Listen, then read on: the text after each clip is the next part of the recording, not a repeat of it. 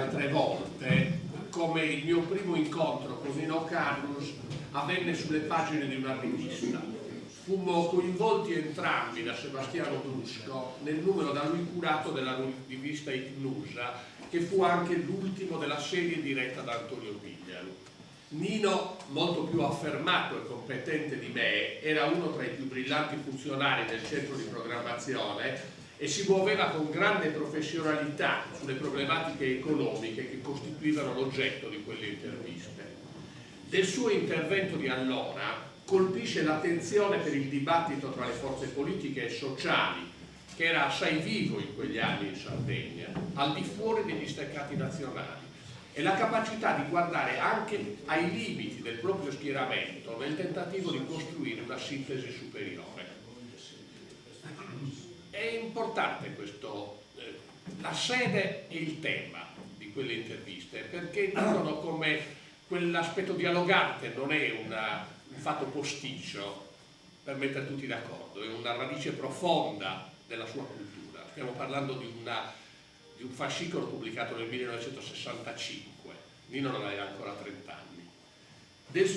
L'obiettivo, egli scriveva risfacendosi esplicitamente alla magistrale e definitiva elaborazione di Felice Balbo, e anche quella citazione non è casuale. Felice Balbo era un dirigente della casa editrice Einaudi, ma era anche uno dei massimi esponenti dei cosiddetti cattocomunisti, della corrente dei comunisti cristiani, che nel 1944 aderirono al PC. E riferirsi alla magistrale e definitiva lezione di Felice Balbo per un dirigente della Democrazia Cristiana non era una svista, era una scelta, una precisa scelta di campo. L'obiettivo, ripeto, deve essere quello di evitare che la forza lavoro abbia un prezzo qualunque, o meglio un prezzo determinato dalla logica della remunerazione del capitale, e far sì che la remunerazione del lavoro sia l'elemento determinante del meccanismo di distribuzione del reddito.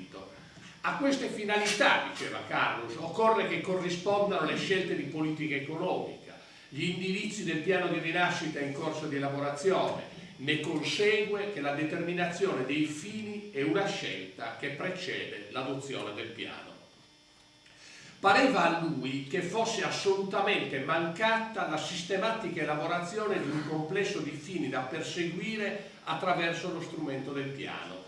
E guardando criticamente alle posizioni della sinistra, ma anche a quelle del proprio schieramento, ricordava che ciò avveniva non solo perché le forze di sinistra assumono il piano come valore in sé o sono prigioniere delle tradizioni massimalistiche tesi ad un mutamento generale del regime proprietario, ma anche perché le forze cattoliche sarde, tutte ufficialmente organizzate nella Democrazia Cristiana, hanno dimostrato di avere scarsa congenialità con un tipo di regolazione dei rapporti economici che vada oltre la funzione sociale della proprietà, idea mito, spesso, più che concetto. Spesso c'è stata la tendenza a considerare il sistema economico attuale come una macchina perfetta. Da qui la sua attenzione alle posizioni volte a costruire un programma nel concreto, a partire dalla valutazione delle osservazioni della CGIL al piano quinquennale, di cui peraltro si criticava, della posizione della CGIL, si criticava il rifiuto pregiudiziale dei poli di sviluppo, senza domandarsi se veramente un certo tipo di localizzazione favorisse un certo rafforzamento del potere capitalistico a scapito della forza lavoro. L'unico terreno fertile per un dialogo, concludeva Nino, se non si vuole correre il rischio di un'evasione della realtà o di uno sterile esercizio culturale, è quello che può trovare un riferimento al lavoro umano, alla sua natura, alla sua funzione in una società che si vuole sforzare di essere umana. Voglio richiamare in questa sede in primo luogo l'occasione di quel contributo, il contesto nel quale esso si inseriva. Icnusa come rivista e come gruppo culturale era in quegli anni uno strumento del dialogo tra laici e cattolici, della rottura degli steccati, della democratizzazione della politica sia attraverso il confronto tra gruppi dirigenti per renderli più laici, sia attraverso un'attività di formazione di base che consentisce un confronto reale tra dirigenti e diretti. il fascismo della rivista si collocava nella prima prospettiva, quello del confronto tra i gruppi dirigenti. Apriva una discussione, individuava un terreno di confronto e eventualmente di scontro su temi la cui soluzione rappresentava un reale interesse per i più deboli. Nino partecipò a quella discussione con un contributo che prefigura quel modo di porsi di fronte alle divisioni politiche che sarebbe stato presente nell'arco di una vita e che, risolti i problemi di collocazione internazionale con la crisi del blocco sovietico, lo avrebbe portato naturalmente a convergere in un'esperienza unitaria della sinistra attraverso i cristiano-sociali. Poi ci fu il lavoro lungo, qualificato di consigliere e assessore regionale e la sua elezione al Parlamento nazionale. La democrazia cristiana, Pietro Soddo lo sa bene, Angelo Roy lo sanno bene, aveva delle regole molto rigide nel determinare i ruoli che i suoi eletti in Parlamento dovevano svolgere. Contavano il numero delle legislature, gli incarichi precedenti, il peso della corrente nella quale si era inseriti. Ognuna di queste condizioni era pesata per determinare non solo gli eventuali incarichi di governo, ma anche le esposizioni parlamentari come relatore, come protagonista di un dibattito in aula. Da un punto di vista oggettivo, tutto congiurava contro Nino. Era la sua prima legislatura, non era mai stato presidente di regione, era organico a una corrente assai piccola, come è stato ricordato, quella fanfariana, i cui posti di esposizione si esaurivano con la collocazione del leader, che normalmente non si tirava indietro per far spazio ad altri. C'era in sostanza le condizioni per un lungo e anonimo apprendistato nel corso della prima legislatura. A suo favore giocavano invece soggettivamente le sue capacità politico-intellettuali e la sua passione.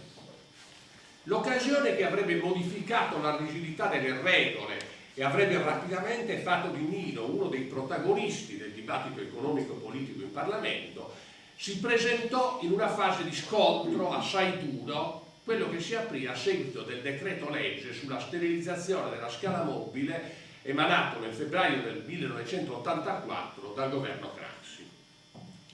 Si era consumata una drammatica rottura tra le grandi organizzazioni del lavoro dipendente e nell'impossibilità di pervenire a un accordo interconfederale, il governo aveva tradotto l'intesa con alcuni sindacati in un decreto legge. Il confronto era stato assai aspro nel corso della prima lettura al Senato, le ragioni dello scontro avevano fatto premio da entrambe le parti su ogni ipotesi di verifica e di avvicinamento delle reciproche posizioni.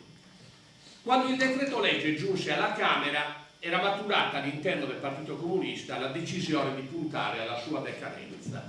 Nello stesso tempo si era aperta però una ricerca su possibili modi di uscire da uno scontro che rischiava di paralizzare il Parlamento e soprattutto di determinare gravissime lacerazioni sociali. La prima questione da risolvere era la scelta di un relatore di maggioranza che avesse la capacità di intavolare un dialogo con le ragioni di chi si opponeva. Il gruppo dirigente della Democrazia Cristiana aprì cauti sondaggi per capire se ci sarebbe stato gradito un relatore dialogante. A me nel gruppo comunista era stato assegnato il compito di organizzare l'ostruzionismo. Si rivolse dunque a me Cirino Comicino, allora presidente della commissione bilancio della Camera, per sapere se avremmo gradito la nomina di Nino come relatore.